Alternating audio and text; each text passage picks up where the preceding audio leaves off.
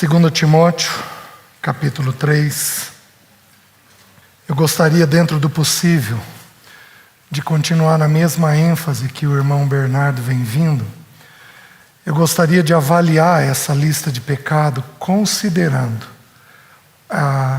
os nossos filhos, considerando a vida deles, como ajudá-los a não viverem esse sistema do dia dos fins. Então eu tenho em mente especialmente os nossos filhos, mas não dá para passar pelos filhos sem falar dos pais. Então nós vamos avaliar nós e aos nossos filhos dentro dessa lista de pecados. Amém? Vamos curvar nossas cabeças. Senhor, com toda reverência te colocamos esse momento, pedindo em nome de Jesus a tua santa visitação. Pedimos, Senhor, que o Senhor nos tome pela mão e nos conduza pela tua palavra. A tua palavra ela é poderosa. A tua palavra é um fogo que quebra o que é um martelo que quebra o que é duro. É um fogo que queima o que é impuro, que consola o que é abatido. Senhor, visita-nos mediante o poder da tua palavra. Dá-nos a coragem de examinar a nós mesmos e as nossas casas, para que o teu bom nome seja glorificado. E, Senhor, nós resistimos a toda ação maligna. Satanás não tem poder algum no nosso meio. Senhor, nós ordenamos que ele fique fora desse lugar. Ele não tem poder sobre as nossas vidas, sobre este momento em particular. Por isso nós o repreendemos. Nós nos sujeitamos a Ti e resistimos a Satanás, certos de que ele vai fugir de nós. Nós oramos em nome de Jesus. Amém. Uma vez eu ouvi um irmão dar um exemplo que foi muito interessante para mim. A esposa dele, ela foi caixa de banco. E ele estava explicando como é que os bancos, quem aqui trabalha em bancos ou foi caixa, vai saber disso melhor do que eu. Ele estava me explicando como é que os caixas são treinados para identificar nota falsa. Então ele disse que os treinadores lá, eles trabalham exaustivamente esses caixas em notas verdadeiras. De tal maneira que eles pegam tanta habilidade na nota verdadeira, que de tocar numa nota falsa, eles sabem identificar. Essa é uma estratégia que Satanás usa conosco. Ele levanta uma teoria ou outra, e aí ele põe a gente desgastado tentando provar que aquela mentira é uma mentira, ao invés da gente apenas pregar a verdade. E fazer com que a verdade fique tão forte dentro de nós, fique tão impactante dentro de nós, que a gente sabe o que é verdade. E quando a mentira chega, a gente de prontidão sabe identificar aquilo como uma mentira. Satanás é muito habilidoso contra nós, mas muito habilidoso. Ele é um mestre de mentira, de articulação, de enganar o nosso coração. Ele desde o princípio vem fazendo isso. Ele toma uma frase que o pai falou para Adão e põe um ponto de interrogação nessa frase depois com Eva. É assim que Deus disse: não comereis de toda a árvore do jardim? Deus disse o contrário: vocês podem comer de toda a árvore do jardim. Mas ele começa com uma negativa. É assim que ele diz.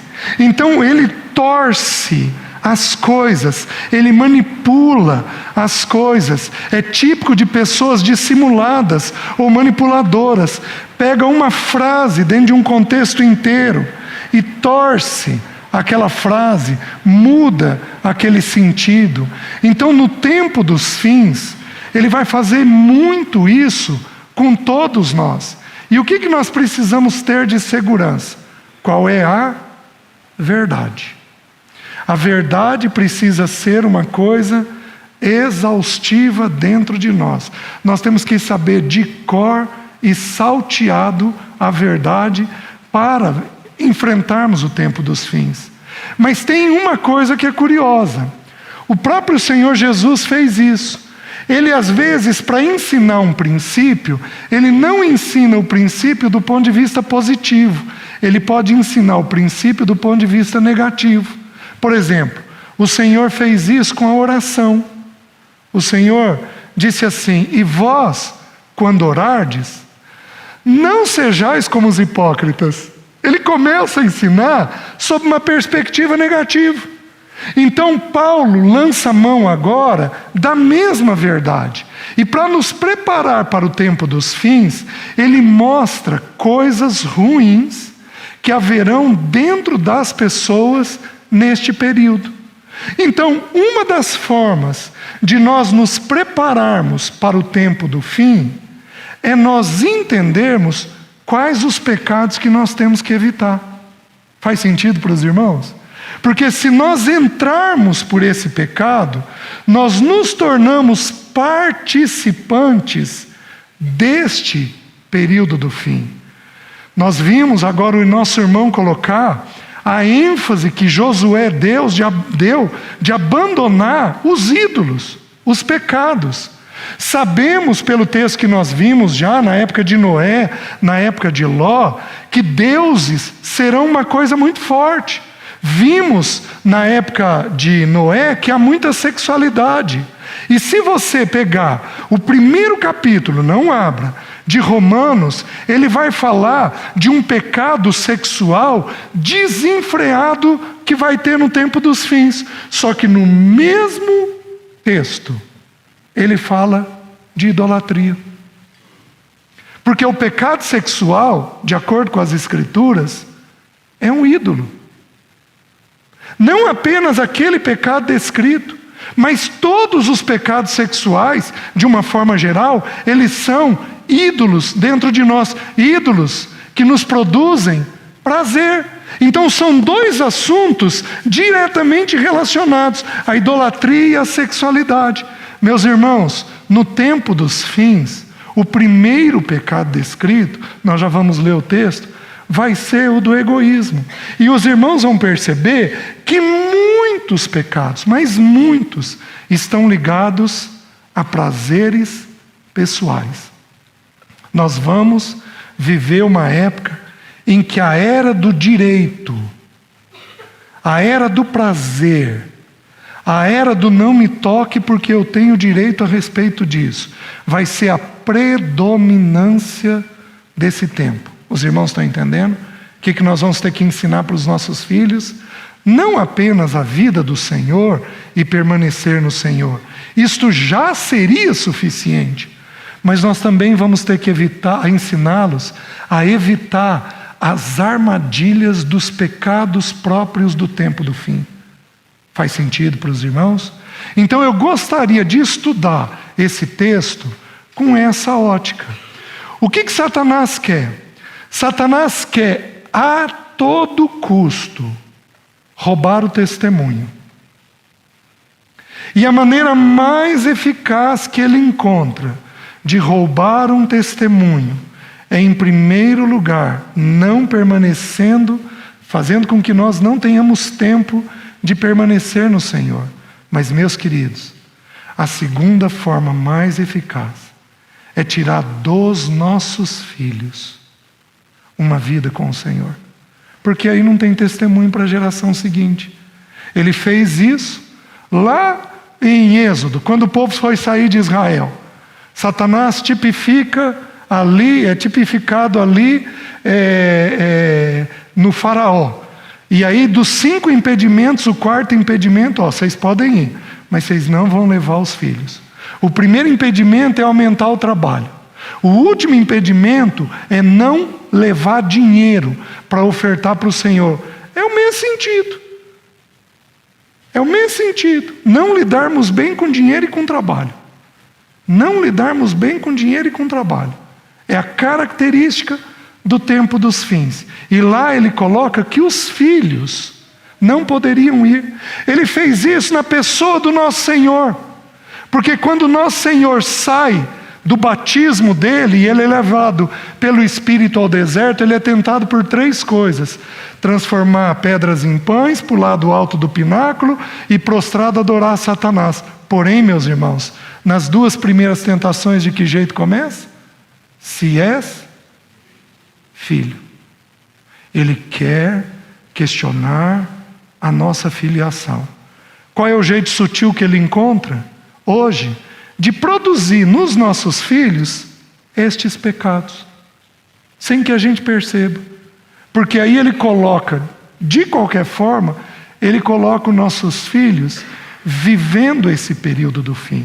Vamos dar uma olhadinha em quais são os pecados. O texto diz assim, 2 Timóteo 3:1: sabe, porém, isto: nos últimos dias sobrevirão tempos difíceis, pois os homens serão egoístas, avarentos, jactanciosos, arrogantes, blasfemadores, desobedientes aos pais, ingratos, irreverentes, desafeiçoados, implacáveis, caluniadores, sem domínio de si, cruéis, inimigos do bem, traidores, atrevidos, enfatuados, mais amigos dos prazeres do que amigos de Deus, tendo forma de piedade, negando-lhe, entretanto, o poder. Foge também destes.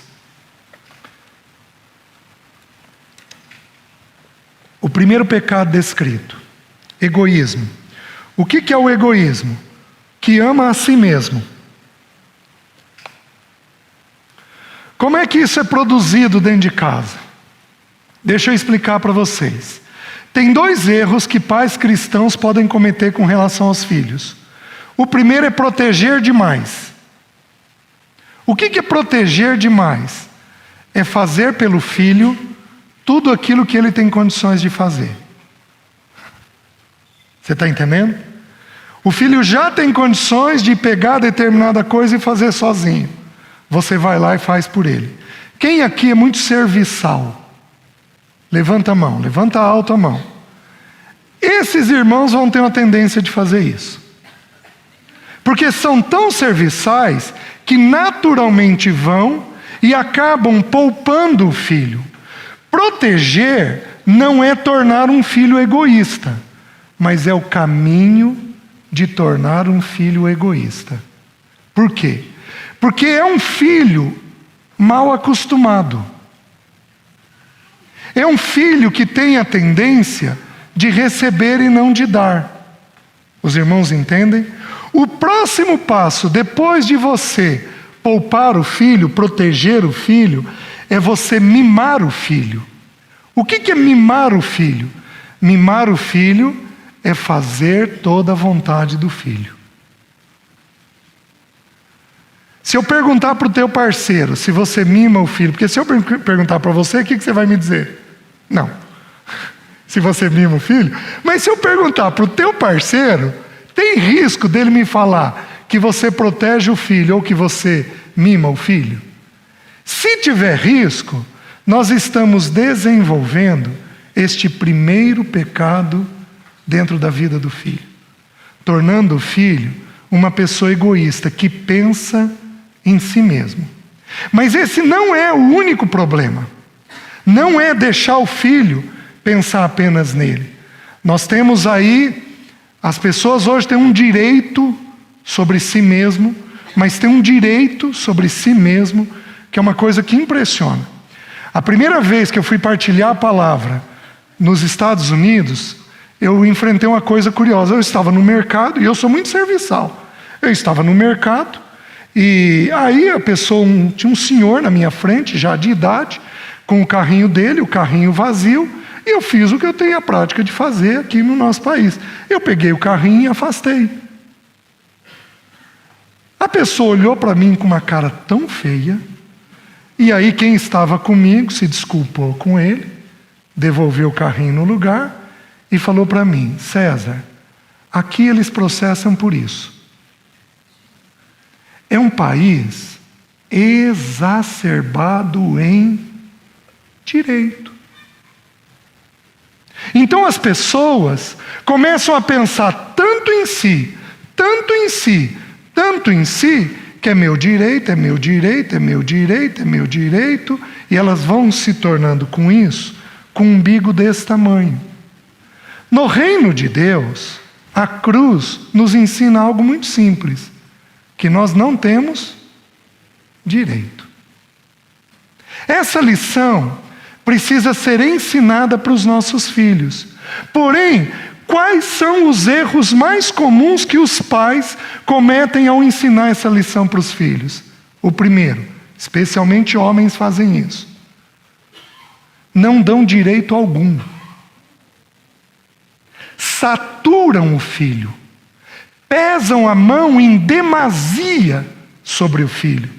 E nós precisamos lembrar que o ensino das Escrituras é um ensino simples. O primeiro grande mandamento é: amarás o Senhor teu Deus acima de todas as coisas, com toda a tua alma, toda a tua força, todo o teu entendimento, todo o teu coração. Porém, o segundo mandamento é um mandamento de equilíbrio. O que ele diz? Amarás o teu próximo como a ti mesmo. Pais muito exigentes, eles não ensinam o processo da cruz de forma adequada. Pais muito exigentes, eles anulam os filhos. E quando o filho começa a sair de casa, ele pende para um extremo oposto. Qual o extremo? De buscar de alguma forma o direito que ele tem. Está fazendo sentido para os irmãos? Nós precisamos entender que Deus pede a cruz para nós e para um filho nosso naquilo que é necessário, mas Ele não pede a cruz em tudo. Porque tem determinadas coisas que nós não temos necessidade de tomar a cruz. Mas pais muito pesados, muito fortes, eles acabam tendo uma tendência de exigir tanto do filho, que o filho até se submete. Um filho homem, por exemplo, que é exigido demais, ele pode ficar passivo. Como é que ele vai governar a casa dele, se ele é passivo? Então, nós temos que tomar o cuidado de não pegarmos lições corretas, verdadeiras, adequadas, e colocarmos um peso excessivo nessas lições. Então, o filho, ele precisa sim aprender que tem momentos que é dele, mas tem momentos que não é dele. Nós precisamos sim frustrar os nossos filhos. Existem duas lições que tornam os nossos filhos adultos maduros. Isso vale no natural e vale no espiritual. Quais são as duas lições? A primeira: filho tem que saber lidar com verdade. Se ele não souber lidar com verdade, ele vai ter problema na vida adulta. Meus queridos, pensem comigo. Um louco, que está num sanatório, vira e diz que é Napoleão Bonaparte. Ele lida bem com a verdade? Não. A falta de verdade pode, inclusive, enlouquecer alguém. Pode, inclusive, fazer isso. Então, a verdade é a primeira lição. A segunda: filho precisa ser frustrado. Porque se ele não for frustrado, ele não tem tolerância para viver a vida adulta. Por isso que alguns dos nossos filhos foram tão protegidos, tão cuidados, às vezes tão mimados, que quando eles atingem 18 anos, que eles têm que sair para a vida, enfrentar a vida, eles não dão conta. Porque papai e mamãe sempre atenderam a vontade dele. Aí ele sai, ele quer que a namorada atenda, ele quer que o amigo atenda, ele quer que o professor da universidade atenda a vontade dele. Ele é completamente protegido e mimado. Ele não tem vigor emocional para lidar com frustração. Vocês estão me entendendo? Essa vai ser a característica do tempo dos fins. Meus queridos, a gente vê isso no dia a dia. Você anda por aí e vê isso no dia a dia. Você vê isso na calçada. As pessoas completamente voltadas para si mesmo e pensando naquilo que elas querem. Vocês estão me entendendo? Há na Bíblia um exemplo que é maravilhoso. Abram em 1 Reis, um exemplo negativo. 1 Reis, capítulo 1, versículo 5. O texto diz assim: Então Adonias, um filho de Davi, Davi acabou de falecer, e aí Adonias se levanta. Adonias significa prosperidade, sucesso. Esse menino é bom, hein? Ele é próspero, ele vai ser bem sucedido. Olha o que diz o texto. Então Adonias, filho de Agite, se exaltou e disse: Eu reinarei. O que o egoísta diz? Eu reinarei. Aí presta atenção. Providenciou carros e cavaleiros e 50 homens que corressem adiante dele. Jamais seu pai o contrariou, dizendo: Por que procedes assim? Por que ele era um menino egoísta e que ia reinar? Porque jamais seu pai o contrariou. Aí eu preciso explicar uma outra verdade para os irmãos. Nós educamos filhos em 4 mãos. 2 da mãe e 2 do pai. As viúvas, ou aquelas, às vezes até separadas, que se encontram numa condição de viúva diante de Deus, elas têm uma promessa, de que Deus seria o marido dela e o pai dos filhos dela. Então elas encontram uma graça que nós não encontramos. Nós, aqueles que estão aqui casadinhos, é a 4 mãos. A mãe tem que fazer e o pai tem que fazer. Porém, meus queridos, a função de limite é uma função predominantemente do pai. Pais, homens, precisam ter 2 cuidados. Hoje o irmão leu, o irmão Bernardo. E vós, pais, não irriteis os vossos filhos. No original, lá, é para questionar. A palavra usada para pais é pater, homem. Quem que irrita filho, se eu me basear nisso? O homem. Quer dizer que a mãe não irrita? Ou se irrita. Os filhos que o digam: filhos, eu estou certo? Mãe irrita? Ou se irrita. Se não me engano, são 23 tipos de irritação que eu levantei até agora. Coisas que a gente pode fazer que irritam os filhos. Mas por que o texto descreve que é pai? Porque este pai não santifica a sua esposa, de tal maneira que ela também vai irritar o filho. Então quem tem que cuidar da mulher e dos filhos somos nós. Quem põe o limite para filho é, em especial, o pai. Quem aqui tem uma tendência, os homens, a pergunta é para os homens, quem aqui tem uma tendência de ser um pai muito bravo? Levanta a mão. Muito rígido. Levanta alto, por favor. Isso, temos alguns. Quem aqui tem uma tendência, como homem, de ser passivo? Levanta a mão. Isso. Os 2 extremos são complicados. Os 2 extremos são difíceis. Porque para você quebrar o egoísmo, você tem que saber perceber a criança no momento. A criança não pode fazer tudo o que ela quer, mas a criança também tem que brincar. Então nós vamos ensinar para a criança Eclesiastes capítulo 3. Há tempo para todo propósito debaixo do céu. Há tempo de brincar, há tempo de tomar banho, há tempo de comer, há tempo de dormir, há tempo de assistir o seu desenho, há tempo de estudar. Tem tempo para todas as coisas. Quem que vai ensinar isso? O pai, em especial. Se fizermos isso com os nossos filhos, livramos os nossos filhos do primeiro pecado que os coloca nesse período do fim. Porém, se não fizermos isso, nossos filhos aumentam o umbigo e acham que eles têm direito em tudo. Os irmãos estão entendendo? Alguns irmãos aqui têm uma boa condição financeira. E deixa eu ensinar uma coisa para vocês. Não dê tudo financeiramente para o seu filho. Porque se você der tudo financeiramente para o seu filho, você faz a mesma coisa que eu estou falando, você não frustra ele. Filho, a partir de 12 anos de idade, ele precisa ter a experiência que Jesus teve. Ele foi lá no templo e falou para Maria e José: vocês não sabiam que me convinha estar na casa de meu pai? A partir de 12 anos de idade, filho precisa ser frustrado com dinheiro e ter as experiências dele com o Pai Celeste. Filho, põe o joelho no chão e pede para Deus. Põe o joelho no chão e pede para Deus. Põe o joelho no chão e pede para Deus. Os irmãos estão entendendo? Filho precisa aprender a ter dependência de Deus.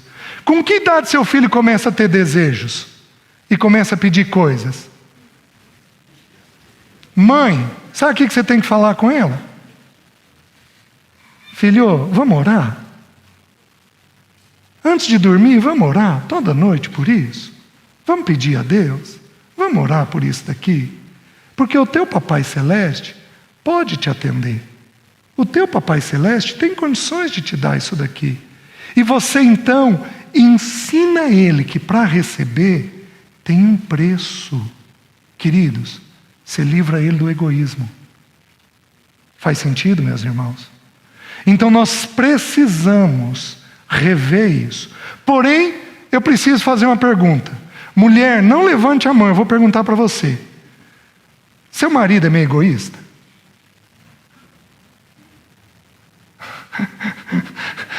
Não levante a mão, nem fale. Porque dá a entender do mesmo jeito. Entendi tudo. Ainda bem que a gente não consegue ver direito daqui, viu? Seu marido é egoísta? Seu marido é tudo no tempo dele, do jeito dele, na hora dele, o controle da TV é dele, o programa é dele, tudo é dele, a pipoquinha é na mão dele. Estou entendendo, né? Tem mulher aqui que faz o prato do marido? Não me responda.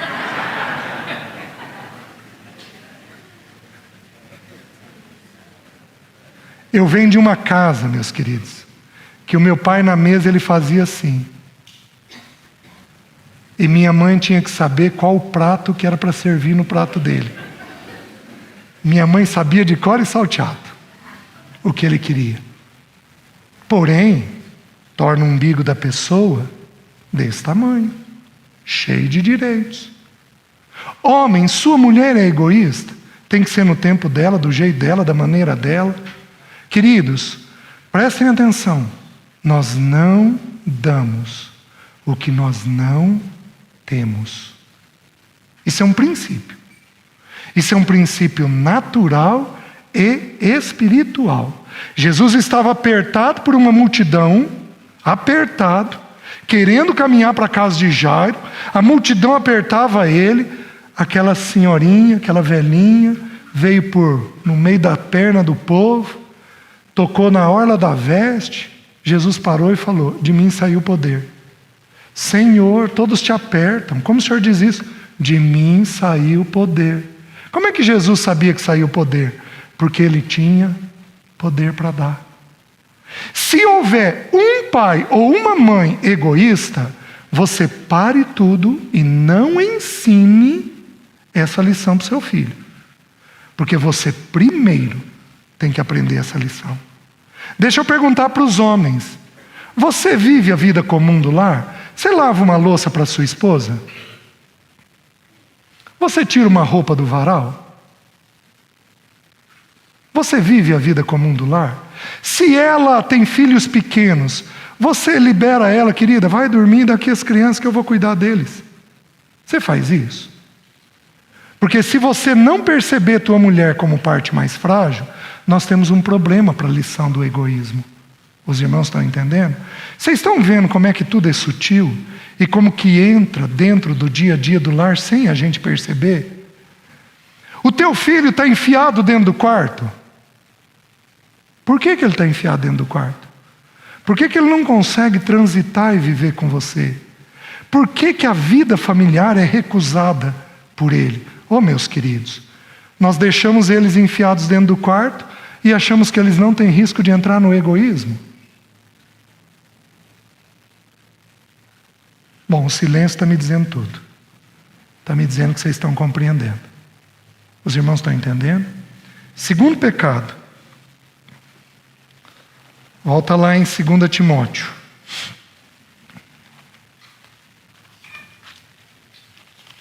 O texto diz assim: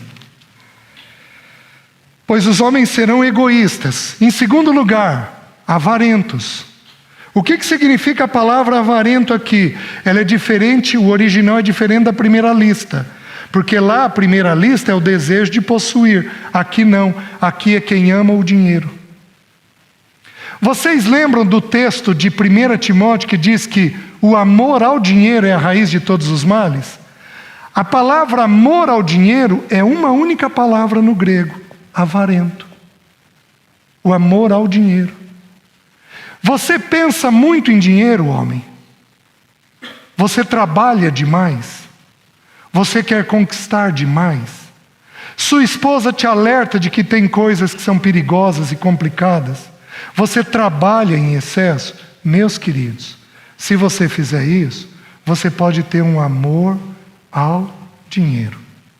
E a Bíblia ensina que o amor ao dinheiro é a raiz de todos os males. Na vida de Ló, qual foi o primeiro grande pecado? O amor ao dinheiro. E colheu tudo que colheu. Então a tônica do tempo dos fins é uma tônica de sutileza. Satanás, ele aparece para nós no período do fim como anjo de luz.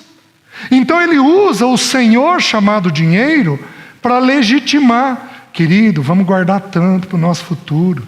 Querida, nós temos que ter tal plano de saúde. Vamos fazer isso, vamos fazer aquilo. Vamos trabalhar um pouquinho a mais. Quantas mulheres aqui não dão sugestões como essas para os seus maridos? Porque elas são ansiosas quanto ao futuro. E aí tem uma preocupação excessiva com o dia de amanhã. E como a irmã Leci colocou ontem aqui, essas pessoas ficam divididas com relação à vida. Oh, meus queridos, nós precisamos entender que nós temos que rever com urgência a questão do dinheiro, né? Eu daria uma sugestão para a gente talvez estudar como igreja este tema dinheiro, porque esse tema é muito delicado para a vida familiar. Que mais? Qual o terceiro pecado? Jactanciosos. O que é uma pessoa jactanciosa? É uma pessoa pretensiosa, ostentadora, orgulhosa. É uma pessoa que fala bem de si mesmo. Você tem uma tendência de falar bem de si mesmo? De novo, vou perguntar para o seu parceiro, porque ele vai ser mais justo na resposta. Você tem uma tendência de falar bem de si mesmo? Olha a sutileza que a gente tem. A gente pega um irmão, critica em determinada coisa e diz assim: eu não entendo como é que faz isso, eu nunca faria isso. Isso é uma forma de se jactar. Ao invés de você olhar o irmão e dizer: Deus, tem misericórdia dele como o Senhor tem de mim, eu sou mais pecador do que ele. Não, você faz uma crítica. Mas aí você termina a crítica dizendo: não entendo como é que faz uma coisa dessa. Que loucura. Meus irmãos, todos nós temos dentro de nós um coração pecaminoso para cometer as piores atrocidades. Todos nós temos. Todos nós temos. Alguns de nós aqui são dóceis. Pega um abusador molestando tua filha. O que você faria? Todos nós temos pecados graves dentro de nós. Nós só não tivemos condições de pô-lo para fora. Por isso a gente tem que ter misericórdia do outro. E a Bíblia diz uma coisa muito simples. Eu gostaria, anota aí na tua Bíblia, Provérbios 27:2.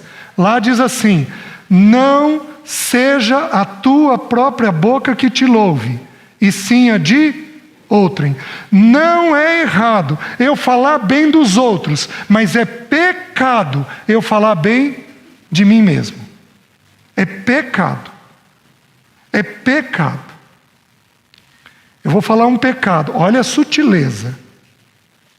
Eu estava no meu primeiro para segundo ano de casamento. E eu venho de uma igreja com muitos jovens, então nós casamos entre si. Estávamos ali numa roda grande de jovens casados, e eu comecei a falar bem da Leci. Não, porque a Leci, porque a Leci, porque a Leci, porque a Leci, porque a Leci, porque a Leci. Tá bom. A Leci chegou em casa e falou assim: César, eu preciso te falar uma coisa. Eu acho que você não quis falar bem de mim. Gente, é difícil. Já tive algumas dessas com ela. Ela teve uma percepção, ela virou e falou assim para mim: eu acho que você não quis falar bem de mim. Eu falei: como assim? Você não fala para mim. Mas sabe por que eu acho que você quis falar no grupo? Para mostrar o casamento que você está tendo. Eu estava sendo jactancioso, falando bem de mim mesmo. Os irmãos entendem a sutileza? Podemos falar da nossa igreja, do nosso líder, da pessoa que dirige o louvor, podemos falar desse, daquele. Isso é um pecado do tempo dos fins. Os irmãos estão entendendo? Então, se for para falar bem de alguém, nós vamos falar dos outros e não de nós. Amém? Isso nos livra do tempo dos fins. E não só isso. Tem filho que vive no salto. Entendem essa expressão? Que vivem no orgulho. E que a gente precisa, filho, menos. Filho, você não é tudo isso. Filho, toma um cuidado. Você pega e exige do filho nota boa. E ele corresponde com nota boa. Você acha que ele não pode, em algum momento da vida, ser jactancioso quanto às notas? Por isso, nós exigimos o que ele é capaz de dar. Se ele vai bem em matemática, ele vai tirar nota boa em matemática. Mas se ele não vai bem em português, ele vai tirar uma nota mediana em português. E o que nós vamos fazer? Filho, é uma característica tua. Nós vamos ensinar para os nossos filhos o que nos foi dito. Filho, você tem virtude, mas você também é cheio de pecado. O que nós vamos fazer? Qual é a forma equilibrada de amadurecer o filho? Nós vamos mostrar as virtudes que eles têm. E vamos mostrar como sendo uma dádiva do Pai Celeste. Toda boa dádiva e todo dom perfeito vem do Pai das luzes, em quem não há sombra de variação. Filho, você tem uma memória boa. Filho, você é bom de matemática. Filho, você faz isso daqui muito bem feito. Filho, isso daqui é de Deus. É uma dádiva de Deus, do Pai das luzes na sua vida. Porém, filho, eu preciso que você lembre que você tem essa tendência, essa tendência, essa tendência, e você tem que cuidar para não cair nesses pecados aqui. Com isso, você torna o filho uma pessoa equilibrada. Os irmãos estão entendendo? Sem o egoísmo e sem o risco da jactância, de cair nesse pecado de ser pretensioso. Os irmãos estão entendendo? Até porque, meus queridos, para o orgulho e a soberba, qual é a solução de Deus? Deus resiste ao soberbo e dá graça ao humilde. Em Provérbios, Deus abate o soberbo. Um jovem esses dias me contando que ele sempre foi muito bem no colégio, e aí ele foi fazer o vestibular. E o vestibular em Maringá é um vestibular relativamente difícil, o vestibular da Universidade Estadual. E ele foi seguro. Foi seguro. Aí no primeiro dia ele chegou cedo. E o pai dele perguntou: filho, você já chegou? Pai, foi tranquilo. E ele não passou. Ficou na lista de espera. Chamaram todos, menos ele. O que Deus fez com esse jovem? Quebrou ele. Porque para toda soberba Deus tem que abater. Faz sentido para os irmãos? Meus irmãos, não trilhemos este caminho, porque o nosso Pai não apenas vai resistir, mas vai nos abater. Isso já aconteceu comigo algumas vezes, em que o Pai tem que abater para colocar a gente no lugar adequado. Só que esse é um pecado próprio do tempo dos fins. Cuidado para não cair nele. Que mais? O texto diz assim: jactanciosos, arrogante. É um pecado próximo da jactância. O que é arrogância? É o ato de mostrar-se acima dos outros. Quem se eleva sobre o outro. Mas ele tem um segundo sentido, que valoriza seus próprios meios ou métodos. Deixa eu perguntar uma coisa para você. Você se considera bom naquilo que você faz? Isso é arrogância. Você faz o que você faz com muita segurança? Isso é arrogância. Você diz para os outros que aquilo que você faz está bem feito? Sabe por que o arrogante é um pecado que cabe muito para a pessoa rica, que cai muito para o rico? Vocês lembram daquele rico descrito nos evangelhos? Que ele tem tantos celeiros, o que ele diz? Destruirei, construirei outros. Sabe por que a arrogância é típica da riqueza? Porque, meus queridos, na riqueza, a pessoa acha que tudo que ela faz dá certo.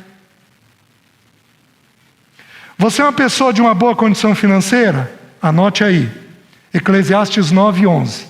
Quero que você decore esse texto. Por quê? Porque o texto lá ensina que tudo depende do tempo e do acaso. Vi ainda outro vazio debaixo do céu, que não é dos ligeiros o prêmio, nem dos fortes a vitória, nem dos prudentes o pão, nem ainda dos entendidos, ele fala alguma coisa, porém vi que tudo depende do tempo e do acaso. Sabe por que você deu certo? Porque a Bíblia diz que Deus faz o rico e o pobre. Não é a nossa mão. Deus faz o rico e o pobre. Os irmãos estão entendendo? Então, tenham no seu próprio coração este pecado, tanto da jactância quanto da arrogância. Nunca pise num garçom. Nunca pise num garçom, porque ele precisa receber o Senhor, e você tem a oportunidade de levar o Senhor para ele. Nunca pise em alguém que está te servindo. Nunca se considere superior. Nunca se considere mais excelente, mais capaz, ou alguém que faz um serviço muito melhor do que ele está fazendo. Nunca faça isso. Você não sabe o que ele está passando. Você não sabe a noite que ele teve. Você não sabe se tem um filho doente. Você não sabe se ele tem uma conta para pagar no dia de hoje. Nunca faça isso, porque isso não é próprio do nosso Senhor. Sempre considere aqueles que te servem como superiores a você mesmo. Os irmãos estão entendendo? Porque isso nos ajuda a nos mantermos humildes diante de todos. Queridos, se eu for espremer, tem irmãos e irmãs que fazem isso. Tem irmãos e irmãs que fazem isso. E aí dão um péssimo testemunho do Senhor. Que mais diz o texto? Jactanciosos, arrogantes, blasfemadores. O que é a blasfêmia? A blasfêmia é você falar mal, é você injuriar de forma abusiva, é você pegar alguém e falar sobre essa pessoa, algo que você não viu, algo que você não viu, que você ouviu, e você pegar e começar a falar mal dessa pessoa. Meus irmãos, o que te garante que o que você ouviu é verdade? Se você estiver falando uma mentira sobre aquela pessoa, você é um blasfemador. Eu vou fazer uma pergunta muito difícil. E eu gostaria que, dentro do possível, você fosse o mais verdadeiro possível. A sua casa, a mesa da sua casa, fala de outras pessoas? Levanta a mão, por favor.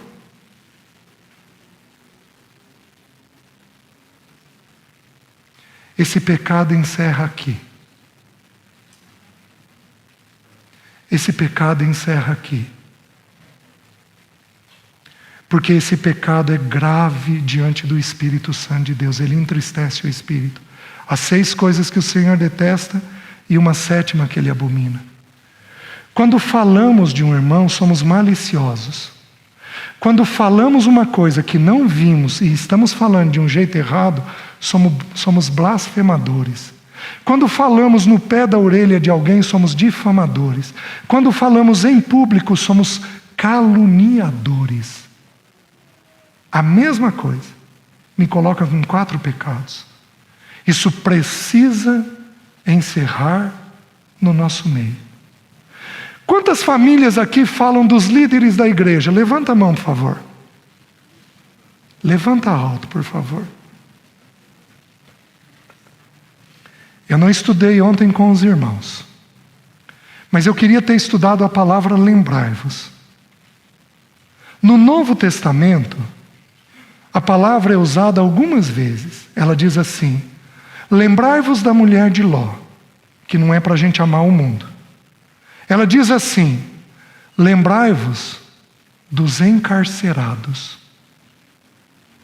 Você ora por aqueles que estão encarcerados numa depressão, numa ansiedade, numa loucura?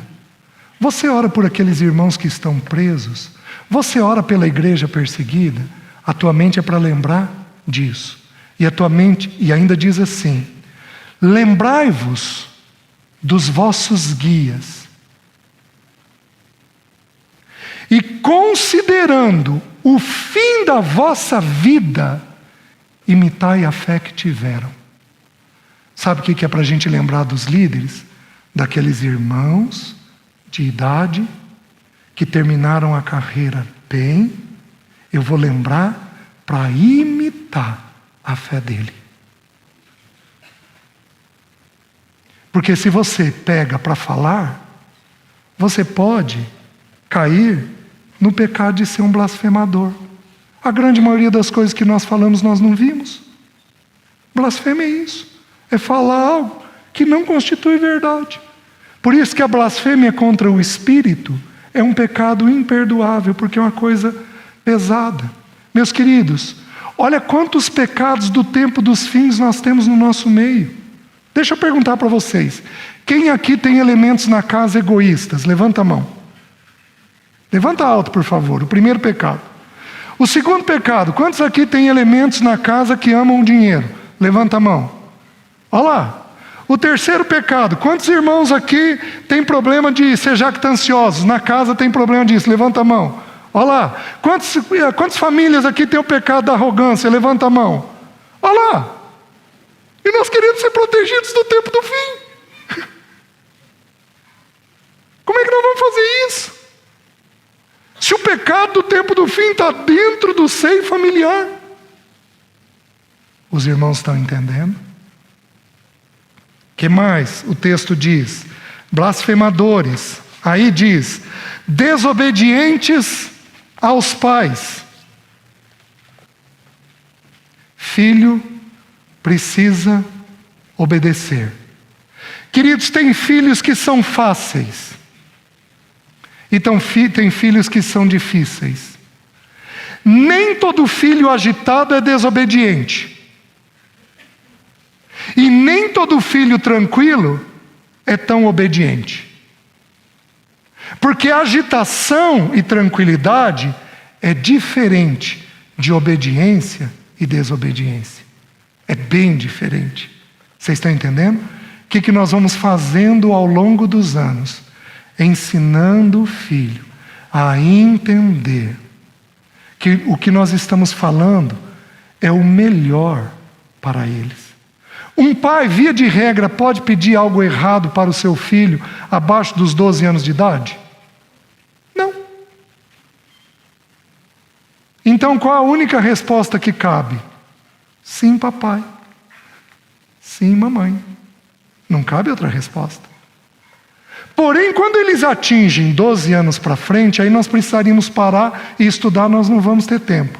Nós vamos ter uma lição dos 12 aos 30, que é ensinar o filho a tomar decisões. Se você não ensinar o filho a tomar decisões, ele fica infantil. E para um filho ser adulto, ele tem que saber tomar decisões. Só que é uma lição gradativa, lenta.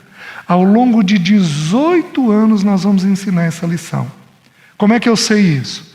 Jesus tomou a primeira decisão dele aos 12 anos de idade. Qual foi a decisão? Ficar sozinho em Jerusalém.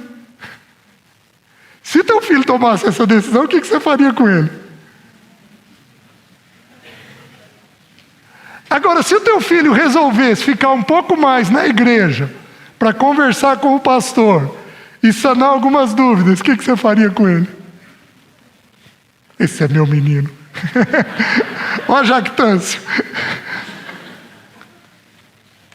Os irmãos estão entendendo? Jesus começou a tomar decisões aos 12.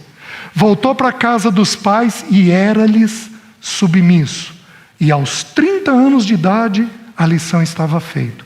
Ele saiu para a vida adulta.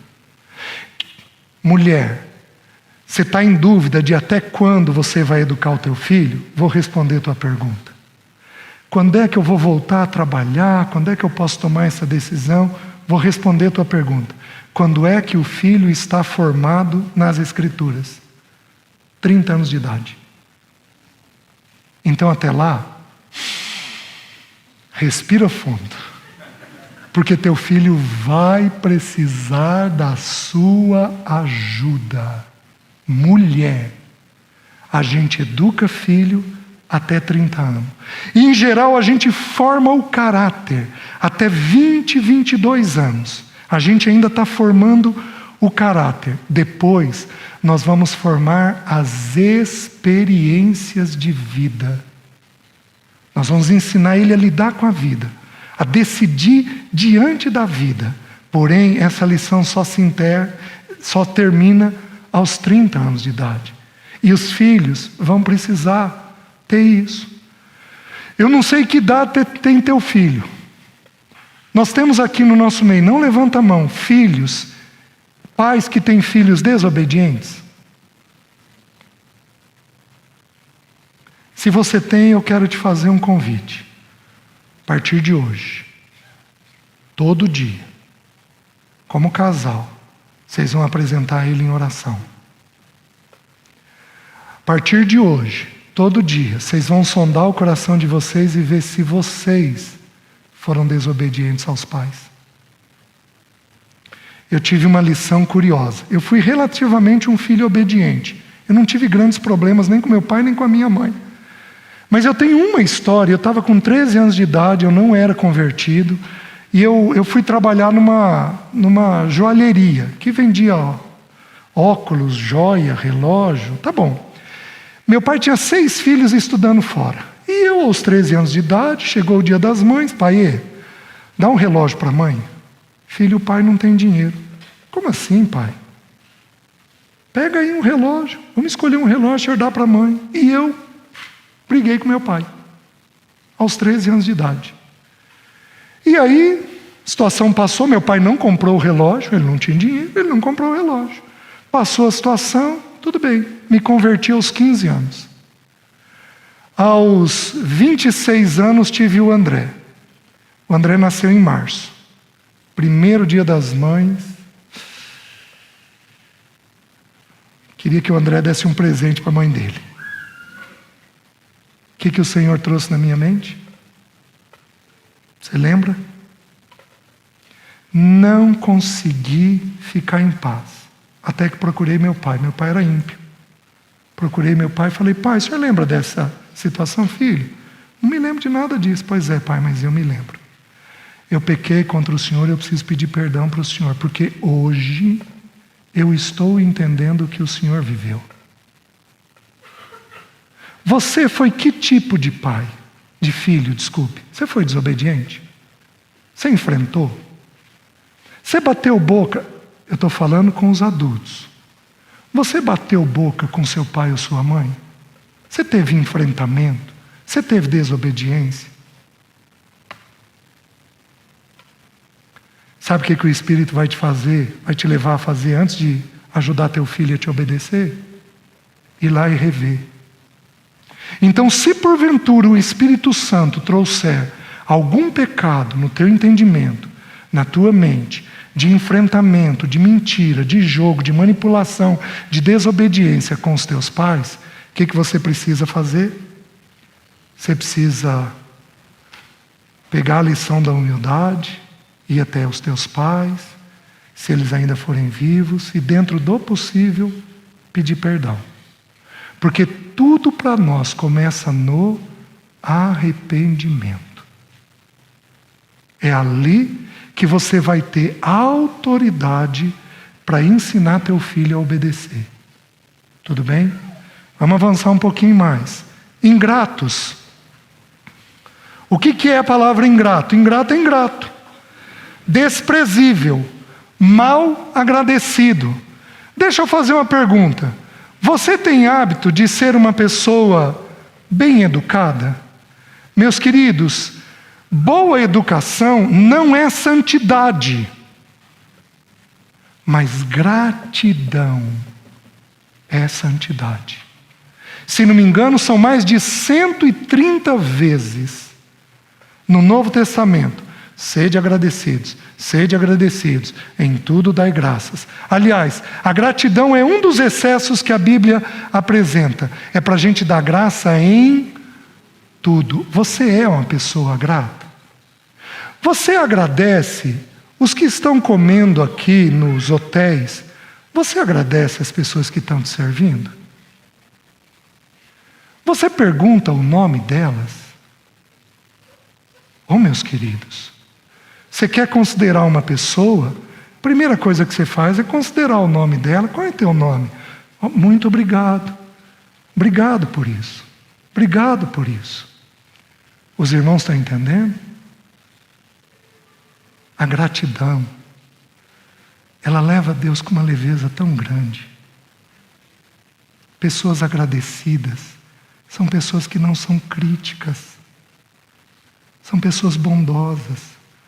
Pessoas que conseguem ver o lado bom, que em geral na crítica a gente não consegue ver. Os irmãos estão entendendo? Isso é uma característica do tempo dos fins. As pessoas querem o que querem e elas se consideram no direito. O que nós fazemos? Nós absorvemos os problemas. Os irmãos entendem? Quando você tem um problema numa viagem, quando você tem um problema num aeroporto, com uma mala, qual é a tua atitude? Qual é a tua atitude? Você tem um tanto de resiliência, de capacidade de absorver o problema e permanecer em paz, levando o Senhor? Você tem uma capacidade disso? Os irmãos estão entendendo?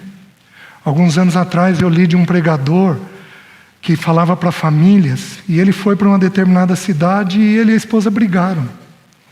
E ele ficou muito chateado com aquela briga e ele ia pregar sobre família.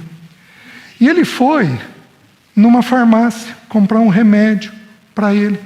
Chegou na farmácia, a atendente percebeu que ele estava mal. A atendente virou para ele e falou, foi muito jeitosa, virou e falou, olha, eu estou vendo que o senhor não está com uma fisionomia boa. Hoje nós temos um pregador aqui na cidade.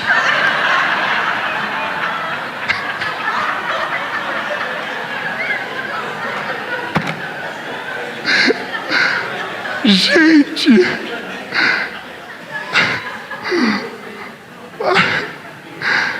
Deus é muito alegre. Ele sabe fazer com a gente, viu?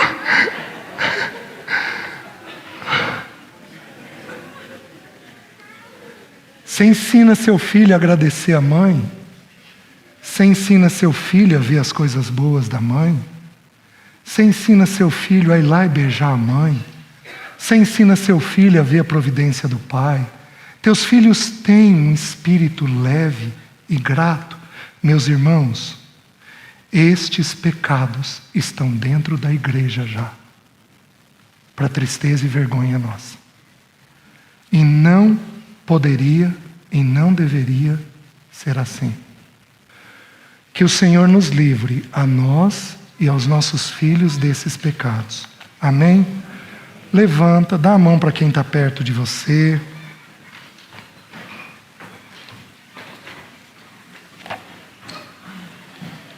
Vamos fazer aqui um cordão humano.